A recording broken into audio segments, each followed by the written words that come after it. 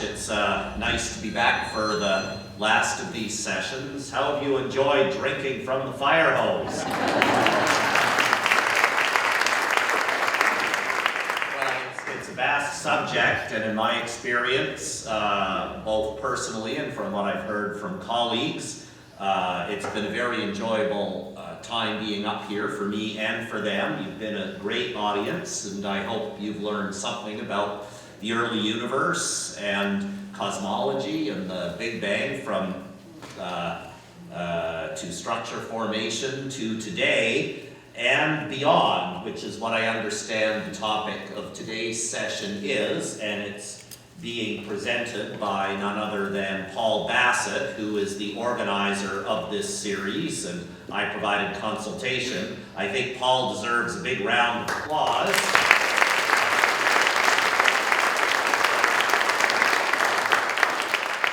For all the hard work he has done. I had the pleasure of eating dinner with Paul a couple of weeks ago, and I can tell you from first-hand experience, he's a fascinating and extremely knowledgeable guy, being aware of computer architecture and some things about basic physics, to path integrals and all kinds of things like that.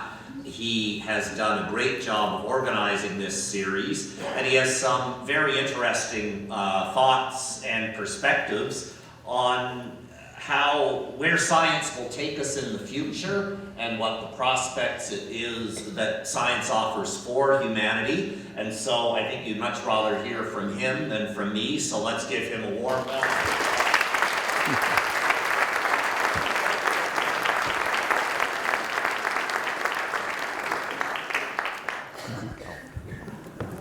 I'm told to come back up again.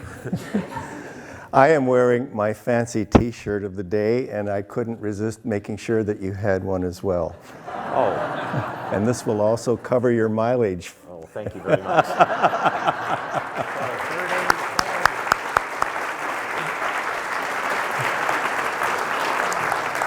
No, we're not selling them yet.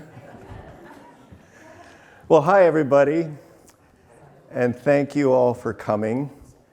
And thank you, Dr. Mann, for making the trip to introduce me and to probably show me why I've got it all wrong at the end of the talk. He certainly did a good job with him and his colleagues explaining to us about the universe, especially how big and how old it really is. It's easy, in fact, to consider that, we're just probably freak accidents living on some obscure planet in the middle of a huge cosmic void of space and time. What possible fit do we have in this cosmic scheme of things? Well, that's what I'm here for. Try to answer that question a little bit. In fact, 40 years ago, more than 40 years ago, yes, I'm old enough to be 40 years ago, I had kind of an epiphany. I noticed a pattern of a way the universe is unfolding that seemed to suggest that we're not just an accident, that there is something deeper going on. And that's why I'm excited to be here and to tell you all about, where's my little clicker? Here it is. Prospects beyond woman. It always bothered me.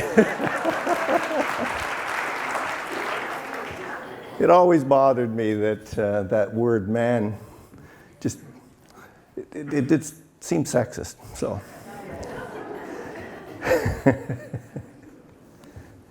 All right, I have the fool's audacity to ask what I think is the central question. What is likely to become of life as we know it? And in the next few minutes, I hope to explain what I mean by saying our corner of the cosmos may soon give birth to a radically new form of existence. Now that's pretty heavy stuff. How do I get there from here? Well, we have to think about things from a cosmic perspective. To try to get you in the mood for that, I'd like to explain something called deep time.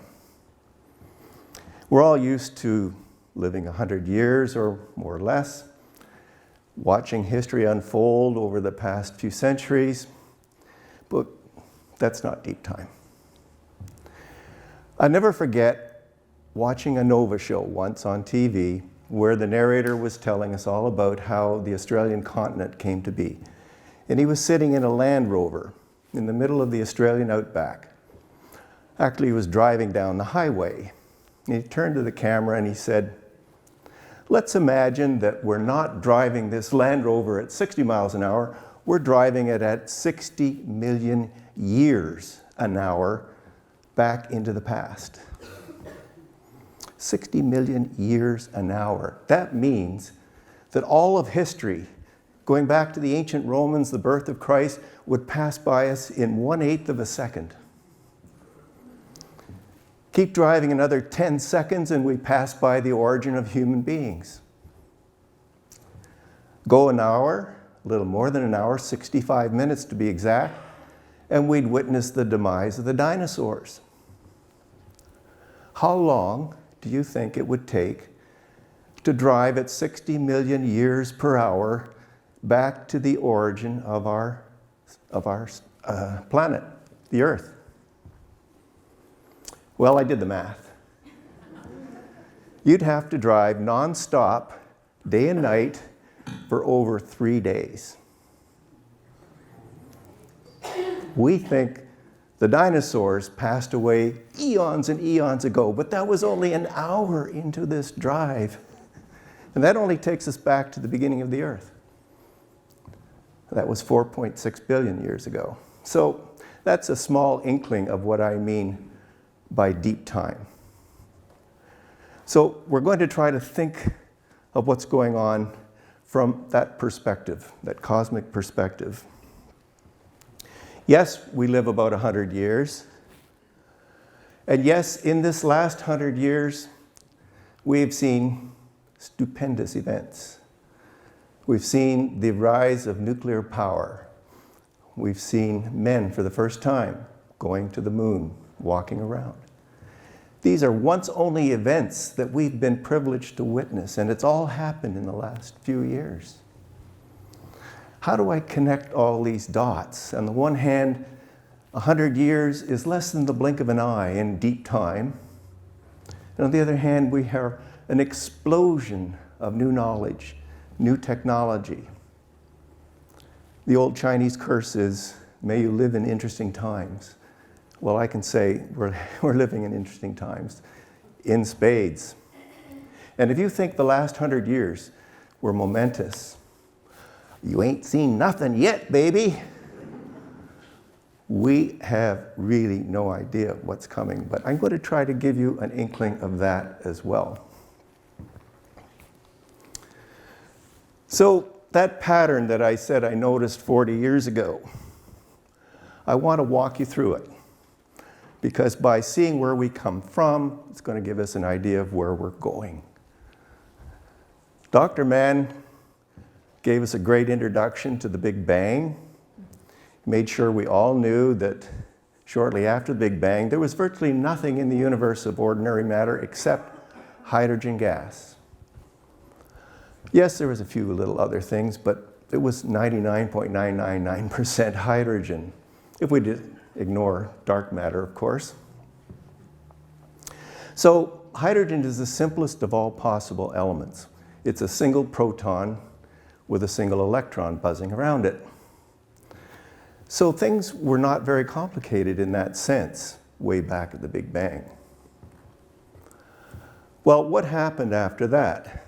About 200 million years after the Big Bang, all that hydrogen started to collapse. Clouds of it would gravitate together and form the first stars.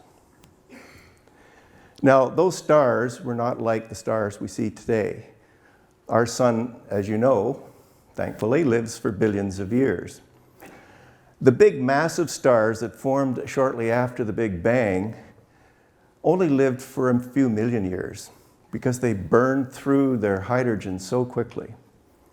And what's happening in these stars, of course, is that at the core of the star, you've got very hot, high pressure, forcing these protons of the hydrogen to come together to form helium, which is the next lightest element. And when it burns up most of the hydrogen, of course, the helium starts to fuse. And we start getting other elements like oxygen and carbon and silicon and phosphorus and on and on and on. Up to iron. Can't make any elements in the star cores up past iron because it actually sucks energy rather than produces energy. However, these big stars, if they're more than 10 times as massive as our sun, they go supernova. And in the explosion, that massive explosion of a supernova, all the heavier elements are formed right up past uranium. Not only are they formed, but that explosion spews them out into the universe. So literally, the ashes of these explosions become the stardust, which fertilizes the next generation. And since these stars don't live very long in cosmic deep time, we can see that generation after generation will go by, forming more and more of all of the elements up through uranium, until we have a mix of the elements like we have today. So what's been going on in the cosmic evolutionary phase is a gradual buildup in the complexity of the universe, until enough of that complexity has come to be that a new form of evolution could start going. And that new form is chemical evolution. Chemical evolution is very different than cosmic evolution. Cosmic evolution is produced by fusing elements together to form heavier elements. Chemical evolution doesn't make any new elements. There's only about 100 of them, but the chemistry itself links these elements together to form an infinite number of possible chemical compounds. So we have an explosion of new complexity. Moreover, chemistry cannot take place in a star, far too hot. It can only take place on places like planets, where you have a stable platform and a modest amount of energy to keep the reactions going. So, over the course of billions of years, chemistry built up more and more complicated compounds. And sooner or later, some of these compounds, forming new compounds, manage to form compounds which are almost identical to the compounds they started with. In other words, replication. And when you start to get compounds that can replicate themselves, all of a sudden we have the preconditions for a new form of evolution. And of course, we all know what that is.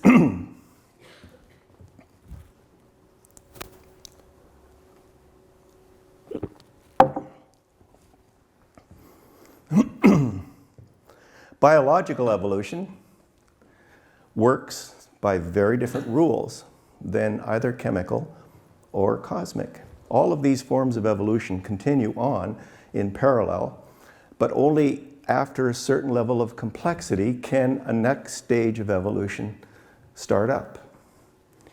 In the case of biological evolution, of course, we know that the rules are called Darwinian, the rules of natural selection. And in a nutshell, that simply means that the replication process is not perfect. Every once in a while, the replication has an error, quote unquote, and some of those errors actually yield organisms which are better at surviving than their parents were. And so we end up with better, stronger, more robust organisms and proliferation. So over the course of 3.5 billion years, we don't have the details exactly how that replication got started, but we know it happened about 1 billion years, within 1 billion years of the formation of Earth on this planet. But it's taken like 3.5 billion more years. We're talking deep time now. This is a very slow process in our scheme of things anyway. So we started with microscopic organisms that could reproduce themselves, and gradually built up the complexity.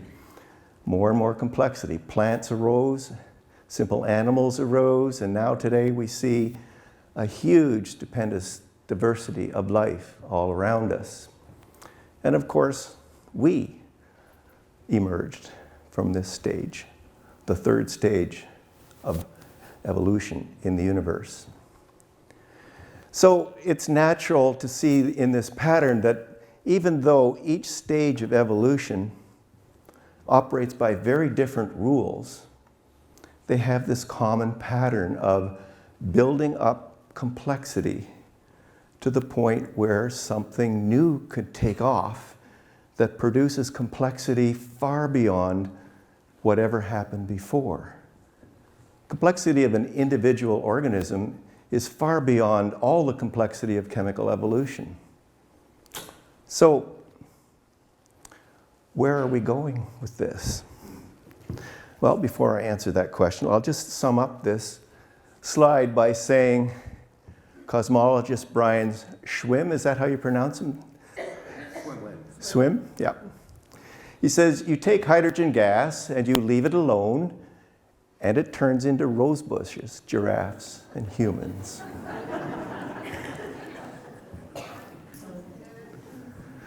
So I'm starting to connect a few of the dots.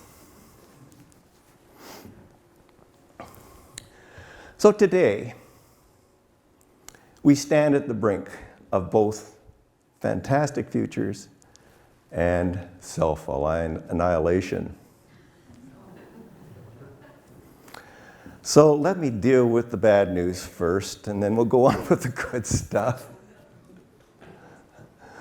One way we can do ourselves in, and we see plenty of it, is what I call malice.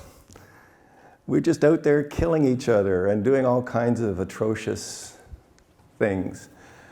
15 or 20 years ago, Bill Joy wrote in Wired magazine, very famous article now, but this is a quote that's worth repeating. We must take seriously the fact that it is becoming easier and easier for the hackers and otherwise deranged of this world to trigger globally destructive effects. And as I say, I've been noticing this pattern for 40 years, and every decade or so that goes by, I see more and more evidence of everything I'm thinking coming to pass. So it gives me confidence to say maybe I'm onto something here. How many people have heard of CRISPR-Cas9? I don't see any hands. Oh, there's one. Good. Well, I'm not going to tell you what CRISPR-Cas9, it's an acronym, but I am going to tell you why I put it on the slide. About 3 years ago, biochemists discovered a way to edit our genes massively and with ultra precision. But by that I mean we have molecular editing techniques now that are both very easy to apply and very precise, where you can alter one or more nucleotides in the DNA at 50, 60, 100 different locations all at once. The implications of this capability are mind-boggling. We can cure diseases. We can eradicate whole species, say, for malaria. We can do all kinds of fantastic things in terms of hereditary problems. However, the very fact that all you need is a degree in biochemistry and you can use this technique willy-nilly because it's very simple scares the pants off me. It's one of these things that Bill Joy was talking about. It's not the only one, of course. Nuclear power came by in the 40s and 50s, scared the pants off everybody back then too, and we're still living with that threat. And that's my point, ladies and gentlemen. As time goes on, we keep uncovering new secrets of the universe which have the potential for great good, but even more potential for great harm. In fact, for every good use of a technology, there are many, many bad ones, just because there are just relatively rare numbers of constructive organizations and a lot more messy ones. So this is the problem, compounded with the fact that we have a lot of nut bars out there, more than willing to take these ideas and just do them for the thrill of it. But if that wasn't enough, we also have what I call the oops effect, or mishap. And I'll pick a quote from Al Gore's Inconvenient Truth. Of the 968 peer-reviewed papers on climate change in the last 10 years, 0 said man was not contributing. Yet, 53% of the articles in the media claim man is not to blame.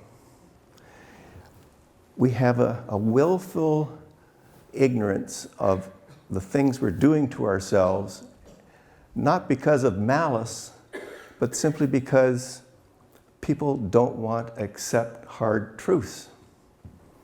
And we may wake up one day and we'll have done something to our planet that we cannot do over, we cannot undo.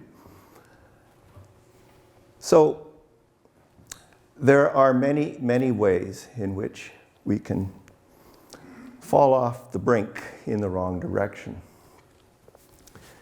Stu Kaufman, who's Santa Fe Institute fame, I think he's actually teaching at University of Saskatchewan these days. He also won a MacArthur Genius Prize. I'm still waiting for mine. He published very interesting work to show that complex systems such as living beings naturally evolve to thrive near the boundary between order and chaos. Now, the old Chinese curse, may you live in interesting times, is exactly what this is saying as well, except doing it in a mathematical sense. It's good news and it's bad news. In the good news realm, living near the boundary means things are exciting, things are interesting, all kinds of new developments are happening, and we can improve our lives. However, as I said, as time goes on, we become more and more powerful. We become more and more able to unlock secrets that can take us on the other side of the chaos boundary, perhaps in ways that will never come back. On the other hand, too much order is just as deadly. Look what's happening, for example, in the US Congress. They have total gridlock. We have vested interests in society that want to preserve the status quo because it benefits them, even though adaptation is absolutely required if you want to survive, to avoid existential threats. So being too rigid or being too chaotic, both of them are lethal. And as we progress in terms of our knowledge and our explosion of new technologies, we give ourselves more and more opportunities to do ourselves in. However, I want to be optimistic today. What I'm saying actually, I don't think applies to humans so much as any intelligent life. In fact, the very thing that gives us dominance over our planet is the thing that is likely to do us in, and this could be true of all civilizations in the universe. Very few of them might make it to the fourth epoch. But let's be optimistic. Remember, I said in the first 3 evolutionary stages, there were preconditions of complexity that had to be met before the next evolutionary staircase the step could be taken. And I believe, given the explosive growth of knowledge and technology, that this corner of the universe is approaching the preconditions for a brand new form of existence. So let me say what they are. There's 4, excuse me.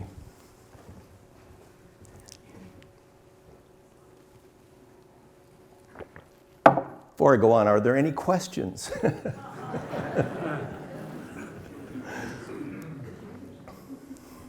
Anybody want to guess what the first one is? Something near and dear to my heart. Artificial intelligence. Now, lots of skeptics out there will argue till they're blue in the face that developing computers that can think as well or better than we can is impossible. However, they said the same thing about heavier than air flight before the Wright brothers. And it took them quite a few centuries to achieve that. And it may take us a few centuries because it turns out it's not an easy problem.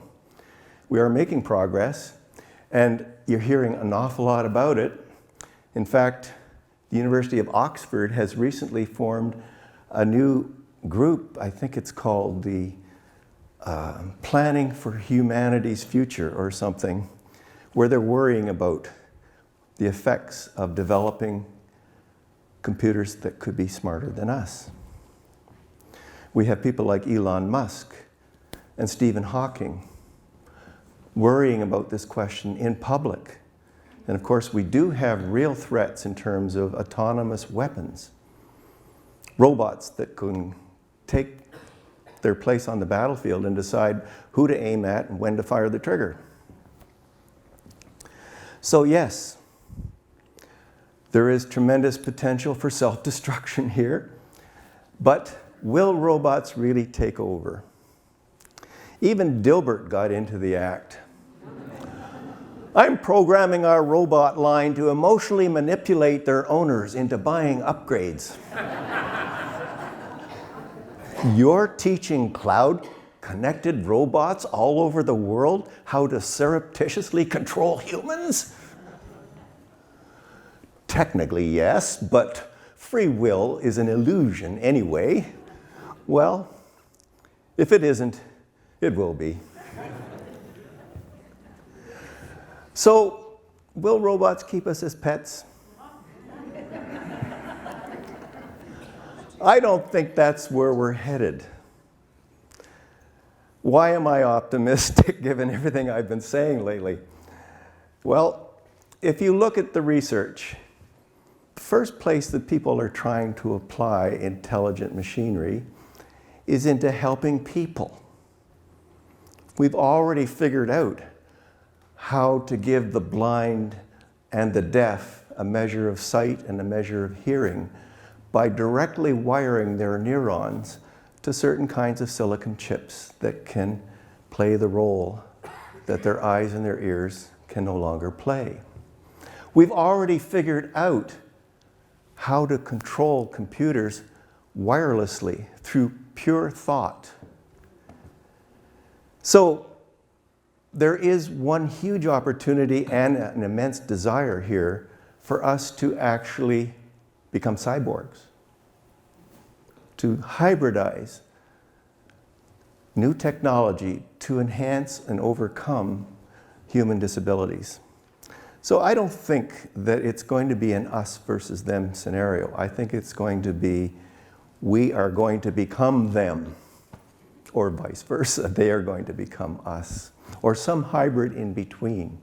I'll have a lot more to say about that when we actually get to the fourth epoch. But really what I'm trying to say to you now is that this is one of the key preconditions. Why do I say that? Well, first of all, intelligence is in short supply, despite how bright we think we are.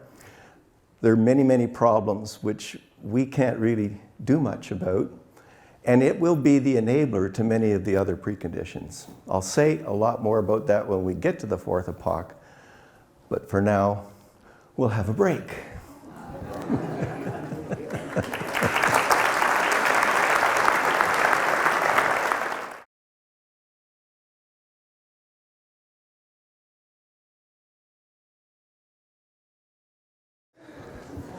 First time I can remember where I have scheduled a coffee break in the middle of a set of bullets on one slide. However, I did the timings, you see, and that's where it came out about half. So maybe I'll have some room to do a lot more question answering, and I have a couple here. Start with this one. Is complexification a cosmological principle or the result of chance? Now, that, I don't know who wrote that, but it's a very good question.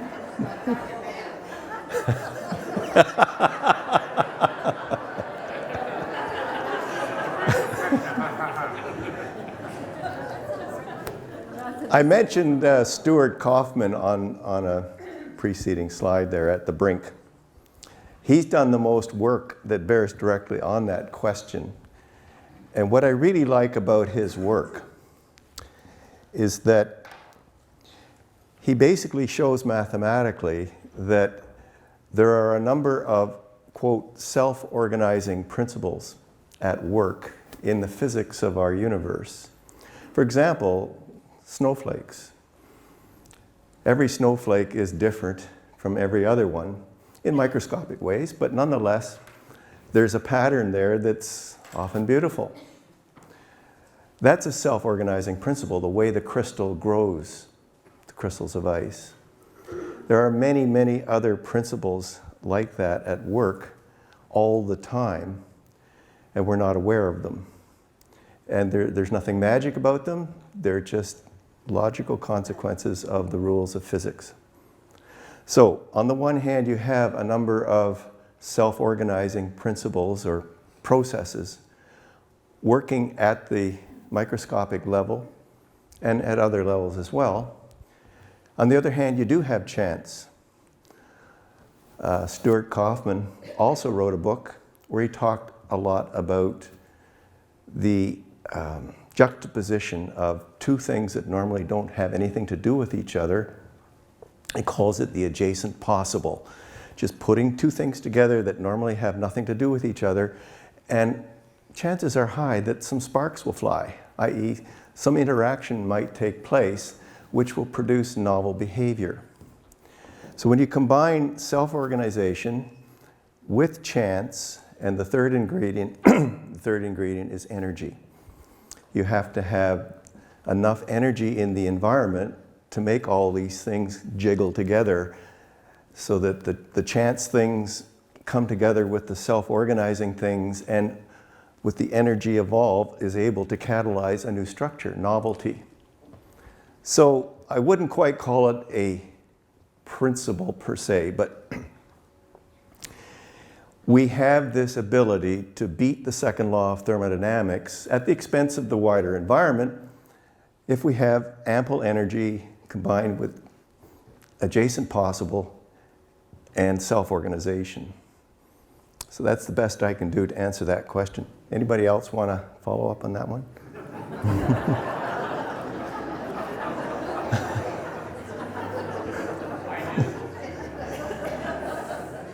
Yes? I was the writer of the question. I was thinking of alternate universes. Yes? And perhaps in an alternate universe there would be no electrification, but in that case there probably would be no universe. In the case that there'd be no universe, why? If there was no complexity principle, Ah. self-organizing, whatever you want to call it, then there would be no universe. That's quite possible. I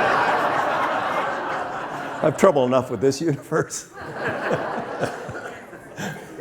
There are lots of theorists who are playing with parallel universes. I don't want to go there. Yes. There's been some research done, it's not even that recent, but Japanese researchers have found that if you put water into glass jars, put it in a freezer and freeze it, but on the glass jars they have words like peace, hope, chaos, hate. The crystals form differently on the jars, given the same situation exactly, experimentally. Yes. Did everybody hear that? Basically saying that some people in Japan tried freezing water where they had a pattern written on the outside of the jar, and just by virtue of the pattern being there, the ice crystals forming in the jar were influenced in some way by the shapes written on the outside of the jar. So, Or the intention, sorry? or the intention, Or the intention? yeah, behind the statement. Well, I wasn't going there either. What if in a far future, a quantum computer recreates the human spirit and applies that knowledge to evolve a better human? Well, that's part of where we're going in this discussion, so I'll let that one unfold. The universe is unfolding as it should, of course. Okay, we've dealt with the first of 4 preconditions in my scheme of things. What would the next one be? I've already kind of hinted at it. Fusion power. Yes, we know how to build very powerful bombs, which could take our biosphere and reduce it to rubble. But no, we don't yet know how to do that in a constructive way. So here's another example where we have a technology with the power to destroy, but it's a very rare and unsolved problem, how to harness that power for constructive purposes. It's an interesting story. When I was a teenager, I remember reading books on the imminent rise of controlled fusion. And I thought, my goodness, by the time I'm 50, the whole world will be transformed and life will be wonderful because energy will be cheap, almost free. And wow, I can't wait, I can't wait. Well, the joke in the industry these days is fusion power is 30 years away and always will be. Having said that though, this week's Time magazine, I don't know if you've seen it, the cover story, believe it or not, the cover story is all about fusion power. What's going on? Well, what's going on is, on the one hand, we have a project called ITER, whose acronym I won't bother you with, but it's a $20 billion and counting project located in France.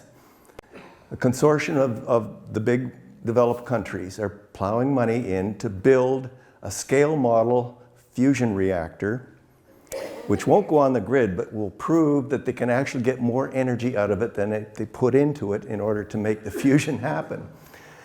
That will be a first. It's never happened in all of the 50, 60 years that people have been trying to solve this problem. They've never gotten more energy out than they've had to put in order to make fusion go. But why it's on the cover of Time is because there's about 6 or 7 startup entrepreneurs with seed money, all building different fusion reactors in the race to try to get there first. Because obviously, if somebody does crack this problem, it will change the world. Let me explain just how much it will change the world. There is enough easily recoverable deuterium in a single gallon of seawater, and deuterium is just hydrogen with an extra neutron. There's enough easily recoverable deuterium in a gallon of seawater. If you put that deuterium through a fusion reactor, you will get the equivalent of 300 gallons of gasoline worth of energy. And there's a lot of seawater. Well, I can go even better. 1 gram of matter, your fingernail clipping, 1 gram. If you converted that entirely to energy through E equals mc squared, you would get, are you ready for it? 25 million kilowatt hours of energy. 1 gram. We are literally awash in energy. We're just too stupid to know how to harness it. It is absolutely world-changing. Moreover, there's a certain poetic justice here. Fusion is the basic power source of our universe. We haven't come of age until we can harness the basic power source of the universe. We're still in the cradle. So I've got artificial intelligence, I've got fusion power. What else can I throw into the mix? Genetic engineering. Everybody's heard about that. I talked about CRISPR-Cas9. We're going there, folks. We're going there real fast. Why do I think it's a precondition for the next epoch? Well, it's going to be very obvious when I actually start talking about life in the next epoch. So I'll leave that hanging. But what does it mean to master genetic engineering? I mean, we're tinkering with it today. We're learning a lot more about how much we don't know about how to engineer DNA properly. For example, until very recently, 97% of your genome was considered to be junk DNA because it produced no proteins. Now we're learning that more and more of that 97% is critical in the control of which 3% of the proteins we are getting are being manufactured by the rest of the DNA. And some of that can be through epigenetics. How many people have heard of epigenetics? That's where the environment during your lifetime can influence what's going on in your genes to actually alter the way your body works. And sometimes alter it in ways that can be passed on to your offspring for several generations. So Lamarck had it right in the mid-1800s when he thought that there was a way of inheriting characteristics from parent to offspring where things that are going on in the life of the parent will affect the child. That was a way that Lamarck had no idea was going to be the case. And in fact, his thoughts were derided for over a century once Darwin's ideas came to the fore. But now it turns out epigenetics is a revivification of Lamarckian ideas. So proper mastery of this precondition, to me, means if you're going to make a change to any part of the DNA, you better be able to predict very precisely the consequences of that change. And we're nowhere on that. Yes, we can isolate the odd gene for various illnesses, but in general, you make a change to the DNA and people just say, well, run the experiment, see what happens. We need to go far, far beyond that. We need to treat the DNA as blueprints that we can read, just like building a house, looking at those blueprints. And if we change the blueprints of building a house, we know what effect it'll have on the house. We need to be able to do the same with our DNA, and we're yet very far from that. But this is one of the preconditions that this corner of the cosmos is working on. One more to go here. This one is probably not on anybody's radar yet. I call it social engineering. Well, what do I mean? Remember that we're on the brink between self-destruction and fantastic futures. One of the things we have to get rid of is malicious behavior. It's everywhere. And we react to it, but we don't proact about it. And that's, in fact, politically explosive to even talk about things like this. And yet, if we're ever going to make it past this self-destructive phase, we're going to have to do something about the fact that people are malicious. We're going to have to figure out how to alter our genetic makeup and enforce certain kinds of laws that make malicious behavior next to impossible. Because in the next epoch, it just won't fly. It is totally incompatible with the very thought of what's going to be happening in the next epoch. It's the discipline, I call it engineering, but that's basically me overstating it. It's nowhere close to being engineering. We don't even really know how to ask the right questions. We have a long way to go. This is the furthest away from being mature of all of the four, but it's perhaps the most critical. And it's most critical in another sense, because not all four of these are going to come to maturity at the same moment. But if you've got those in the mix, you stir a pot with those technologies, you have explosive capabilities. We'll have to figure out a way of managing that in a way that's not harmful.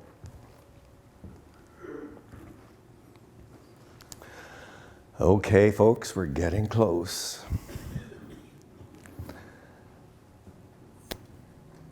Why would we ever want to do this? Well, here's one reason. Man the cripple.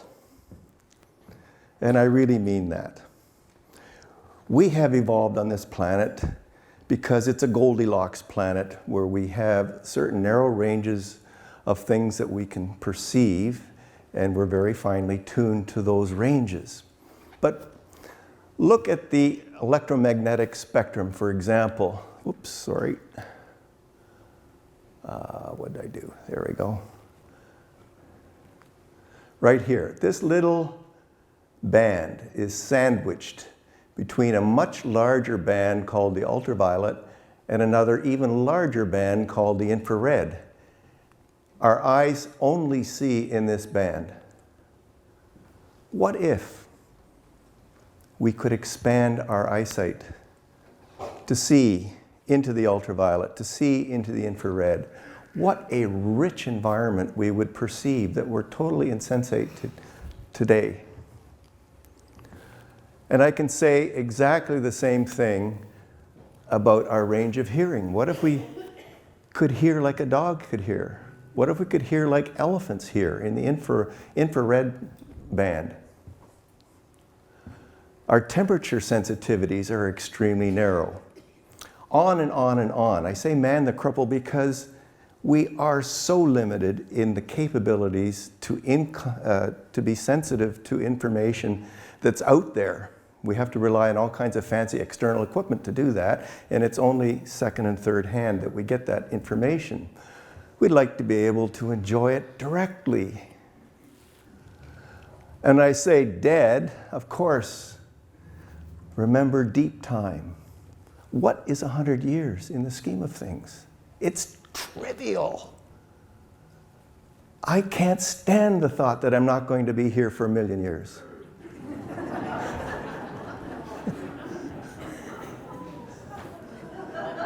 I'll ask you, how many people want to live forever?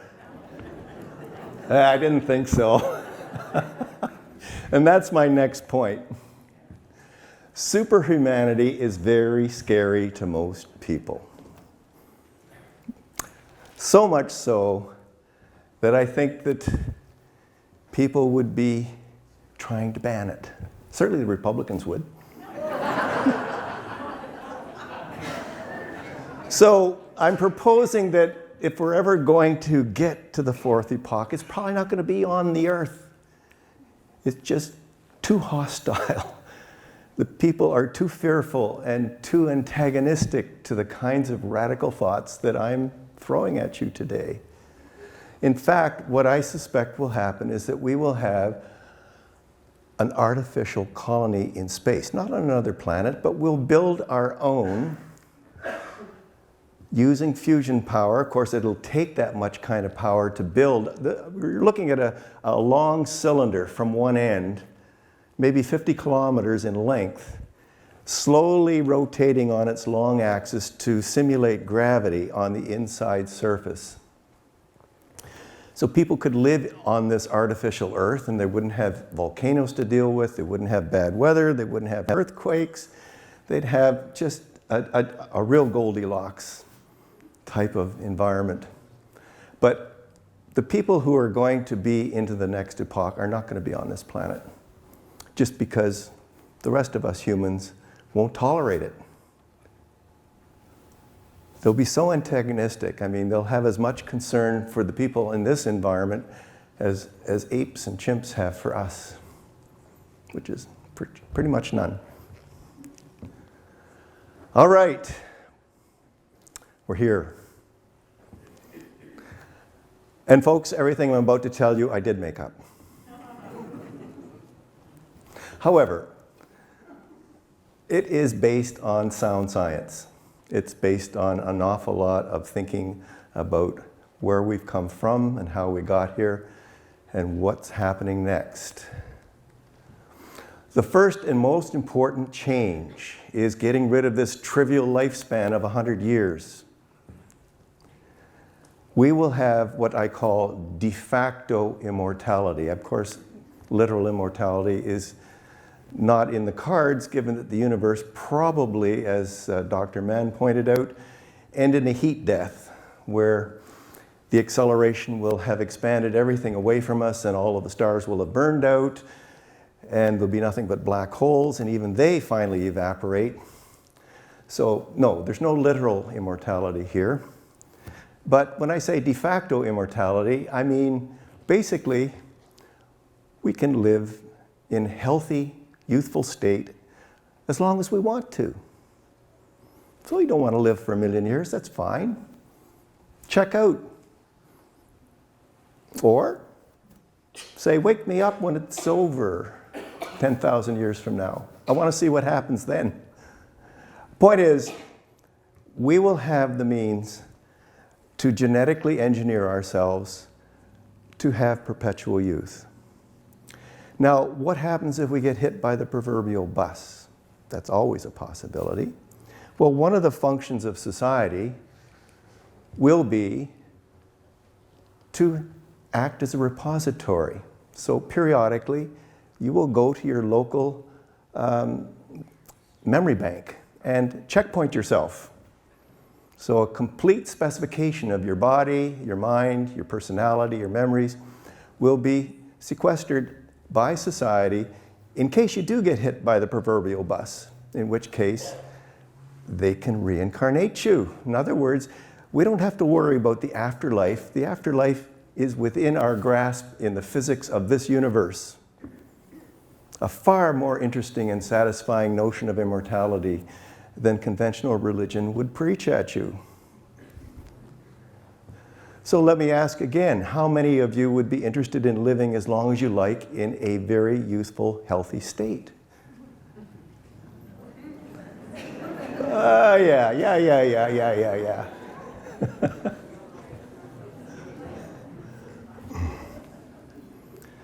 Well, the next major shift is, again, self-directed evolution. Once we master the blueprints of our own bodies, we should be able to take responsibility for what becomes of us. Some people may enjoy living at the bottom of oceans. Other people might enjoy living directly in the vacuum of hard space, the hard vacuum of space, let's put it that way. Clearly, they would have to have very different morphologies, very different body architectures in order to be comfortable in those environments. All of our senses could be amplified. You want to have a sharper vision than an eagle? Go for it. You want to see X-rays, have X-ray vision? Go for it. In other words, the immortals, the de facto immortals of the fourth epoch, will not be any one species. They'll be unique species of one because they'll have taken control of their own evolution and will become amazingly unique creatures with capabilities that none of their friends have. And that's the point. Why would individuals with access to unlimited power and the ability to survive independently want to be in a society? Well, number one, the checkpointing ability is handy if you get hit with a bus. But even more interesting, your friends are all going to be very unique. They'll all see the universe from their own vantage point and perspectives. They will have their ability to see and understand and gain insights in ways that you don't, and vice versa. It will be an amazing experience to have relationships with people like that. Here comes an even more interesting possibility. Mind melds. What do I mean by a mind meld? Well, there's no reason in principle why a group of like-minded people couldn't decide to get together and interconnect their minds. It's not far-fetched, folks. We already know about conjoined twins that share parts of their brains. And they do have mind melds right today. And it's interesting how they interact with each other when half of the time they're not talking, but they're sharing thoughts. So we're talking about a society that has unlimited potential. My puny brain can't even begin to imagine the possibilities and the complexities that could arise in this sort of an environment. We don't need to give up attributes that we love as human beings, especially things like love and compassion and empathy, having sex. Imagine if you had a mind meld with your sex partner. Ooh! I won't go any further there.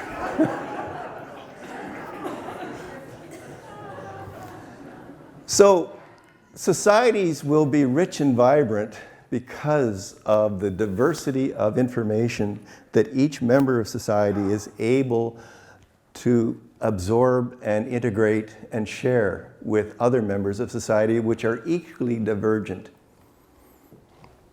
So social relationships will be stupendously rich. However, the flip side of all this, we always talk about freedom versus responsibility.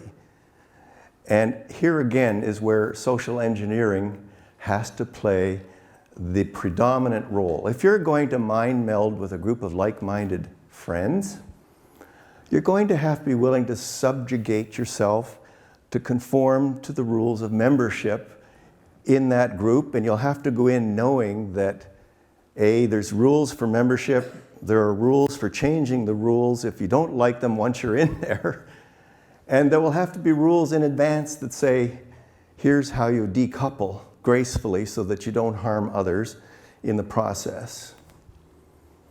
So not only will groups form with very well and very well enforced rules, but groups of groups all the way up to the whole society will function in a way where we'll have to have new morality, new laws, new rules for polite behavior, and on and on and on. I won't say politically correct.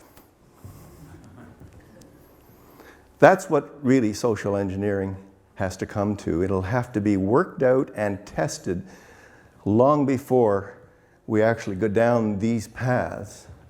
But we're virtually nowhere in going down that. We're not even really thinking that much about these issues. But that would be implied by the fourth epoch.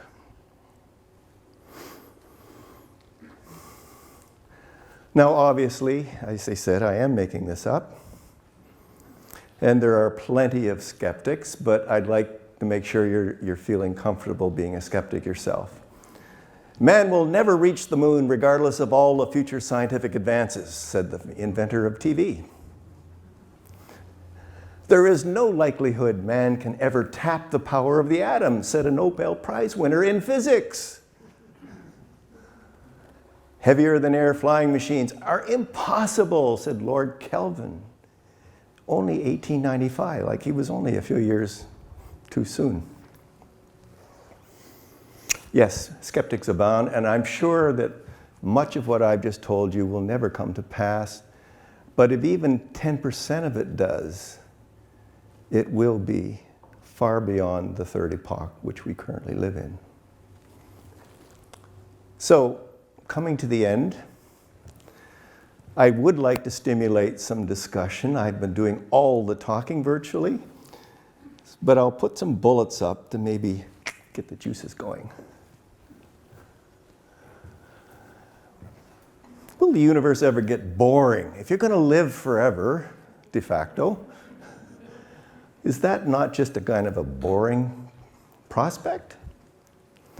Well, here's where I can be very definitive, folks. No.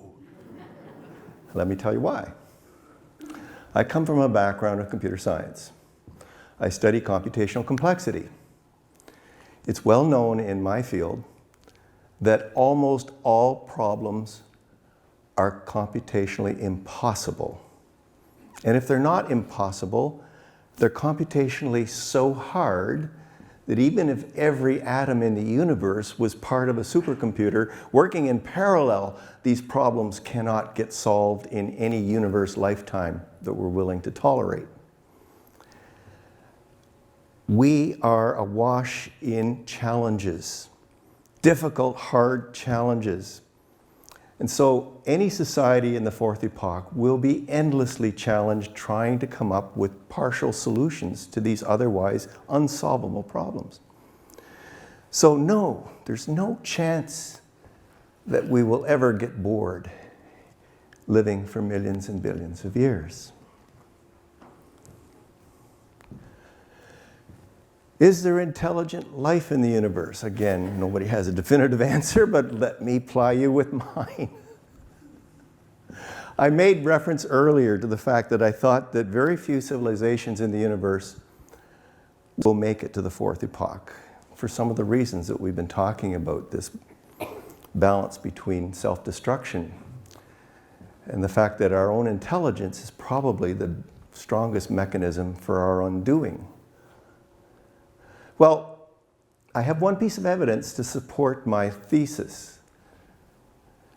The search for extraterrestrial intelligence has been going on now for more than half a century. What do you think they found? Zip, nada, nothing, not a whisper. And we've now heard from a significant fraction of the Milky Way. Not a large fraction, but a significant fraction. That tells me something. Even inadvertently, advanced civilizations will emit radio signals that should be detectable with large radio telescopes on our Earth. And we have heard zip, nothing. That's a depressing thought. It really means that there's probably lots of life out there. We know there's zillions of planets. We heard all about that last week. Lots of life, but it probably comes to our stage, lasts for a little while, and then goes poof. For all the reasons we've been talking about. And that's why I'm here today. This is a serious message. If we want to avoid that fate, we've got to take our own destiny into our own hands and do something about the issues that are going to do us in. Because there are fantastic futures out there. They're just very hard to get at.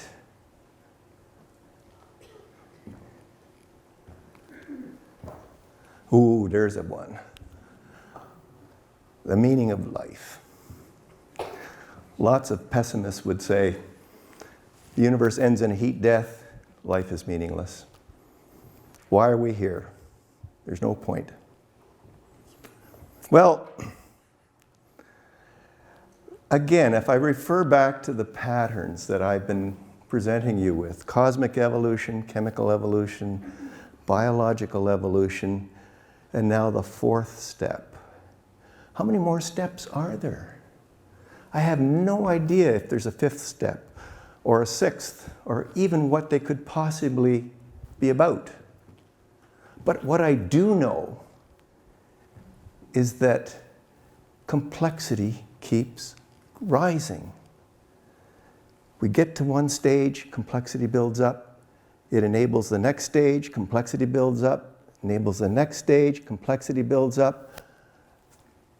There doesn't seem to be any natural limit to that idea. And as complexity builds up, we gain power. We gain the ability to influence our environment on larger and larger scales. And that's why we're worried, of course. Civilizations have come and gone on this planet by the dozens, but they could only affect a local scale. They wipe themselves out, another one comes along. Now we can affect the planet globally. And if we make it past this brink, we might start affecting the universe beyond our planet. if we keep unlocking the secrets of the universe the way we have been, that's inevitable. And that's where I said in an earlier slide, there's probably an ultimate moral principle here. The universe somehow makes sure that you don't survive if you don't have the wherewithal to use that power constructively.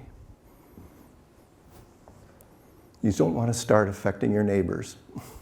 Thank goodness they're far enough away right now. We have no hope of doing that. But hey, we're talking millions and billions of years here. Deep time. So why not? I'm totally off in speculation land now, but it could well be. Let me go to this last one. It could well be we cannot know our Maker without having, well, the old saying goes, you can't know one.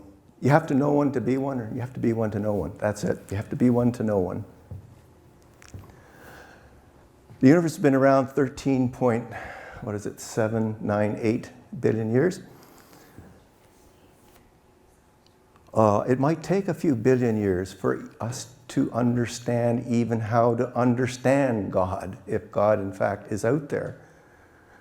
To think that we could, in a mere few centuries, understand something that's been around for 14 billion years, that's to me the height of arrogance. And as theologian Teilhard de Chardin and physicist Paul Davies and others say, the question of God itself should ultimately be accessible in scientific terms. We're not there yet. It may take the 5th, 6th, and 7th evolutionary epoch before we can ask the right questions. But, as Arthur C. Clarke said famously, any sufficiently advanced civilization is indistinguishable from magic. And when we talk about God, we're really talking about powers that seem magical to us.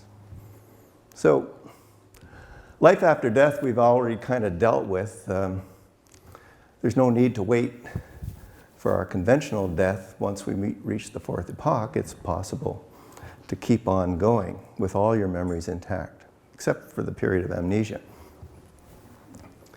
So anyway, I'm done.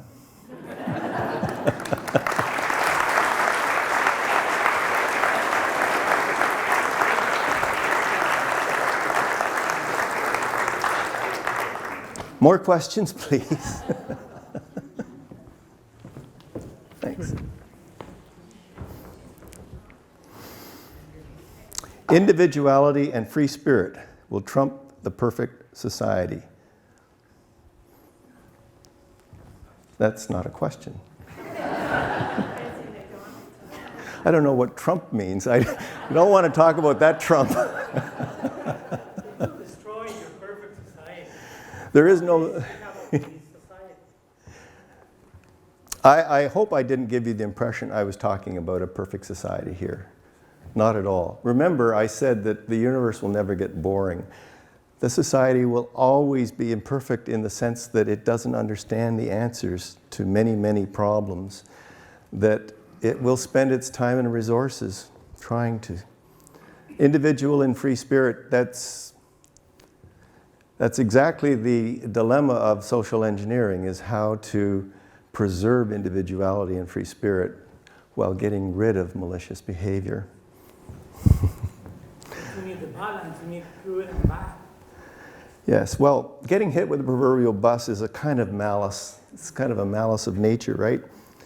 So perhaps there is a balance point there. You're right. The other one was define God. Well, that's easy to define. It just doesn't get you very far. For me, anyway, God is any power that, by definition, is not subject to the real laws of physics. Whatever they are. We don't know what the real laws of physics are, but whatever they are, God is beyond them. The one who creates singularity. Don't know. Everybody's free to invent their own. There's a question back here. Well, I just was your discussion about social engineering, which has been prerequisite for going into this fourth epoch. That is going to be an extremely subtle kind of engineering, especially if you're looking at it on a genetic level, because many of the traits, shall we say, that human beings evidence are exaggerations in what you might call malicious behavior. So it's entrepreneurial, wanting to be top, those sorts of striving things which in some ways have made us very, very successful as a species. The subtle differences between what is good in that respect and what is undesirable is going to be really very difficult to tease out on any sort of engineering, I would think. I quite agree, and I think it's part of why I keep advocating that we need help in the form of better intelligence. I won't say artificial anymore because I really see it as just an extension of what we can discover through understanding the nature of intelligence and then building systems that have it. But we have 1.5 liters of brain matter right now. That's pretty small in relation to the complexity of the world that we try to understand. If we can exceed that boundary, that constraint on our brains, we have a chance of understanding some of those subtleties that you're talking about in ways that we probably cannot.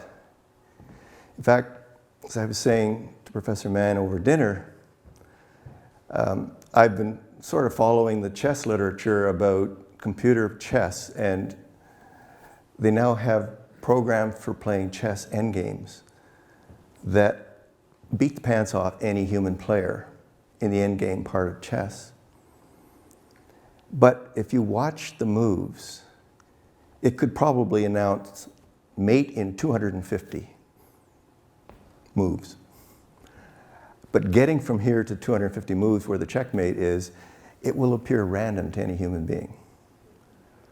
The complexity involved in the search for all the possibilities and the counter possibilities and the counter possibilities are exactly the thing you're referring to as beyond our intelligence to do, not beyond a machine's intelligence though.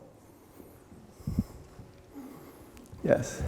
Well, just because you're talking about social engineering, as you know, I'm an old-time Sovietologist, and social engineering was developed to a pretty large extent by that famous sociologist, Georgia, by name of Joseph Stalin, in the 1930s, at a very high level, which leads one to the bigger question. If you're going to do social engineering, which is different than medical engineering, you have to know who's going to be in charge of the engineering.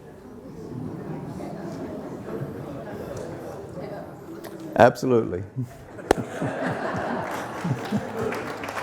Inga? You were talking about the robots and how they can do many, many things, and at some point sort of are they human or not human? There was a program, they have the robots and they look like humans.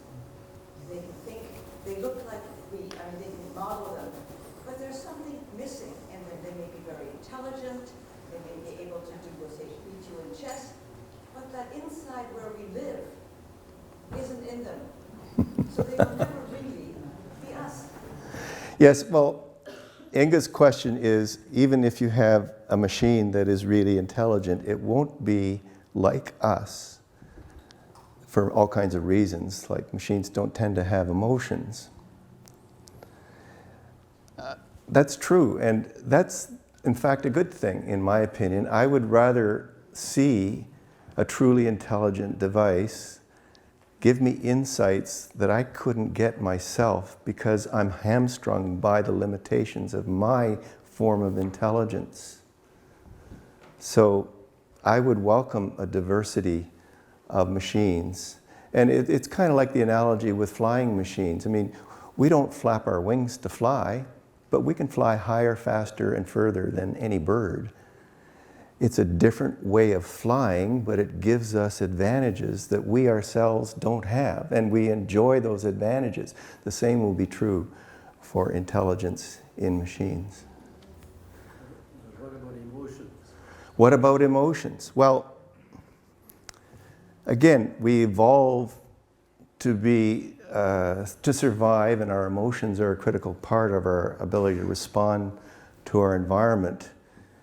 How many people know that when you say, I react with my gut, you're actually saying something very truthful, because there are thousands of neurons in your gut that can't express themselves verbally, but they communicate with your brain, and they tell your brain things subconsciously that make you behave in certain ways.